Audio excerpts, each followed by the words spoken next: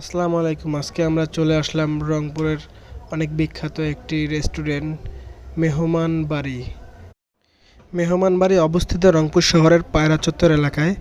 আপনারা সবাই আসতে পারেন। এই হোটেলটায় আমি শুনেছি এই মাটির পাত্রতে বিরিয়ানি সার্ভ করে অনেক সুন্দর করে, কিন্তু বিরিয়ানির চেহারা দেখে অনেক ভালো লাগলো, খাসির বিরিয়ানি।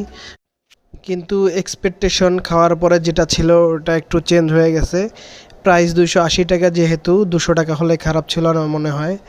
আর পরিমাণটা মাংসের একটু কমই মনে হলো আমার হিসাবে। পূর্বে এই রেস্টুরেন্টের নাম ছিল কুটুম বাড়ি, এখন নাম পরিবর্তন করে দিয়েছে মেহমান বাড়ি।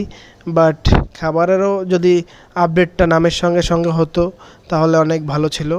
আর এই মাটির হাঁড়ি পূর্বেও খেয়েছি, তখন একটু টেস্ট বেশি মনে হয়েছিল আর পরিমাণটা অনেক ভালো ছিল।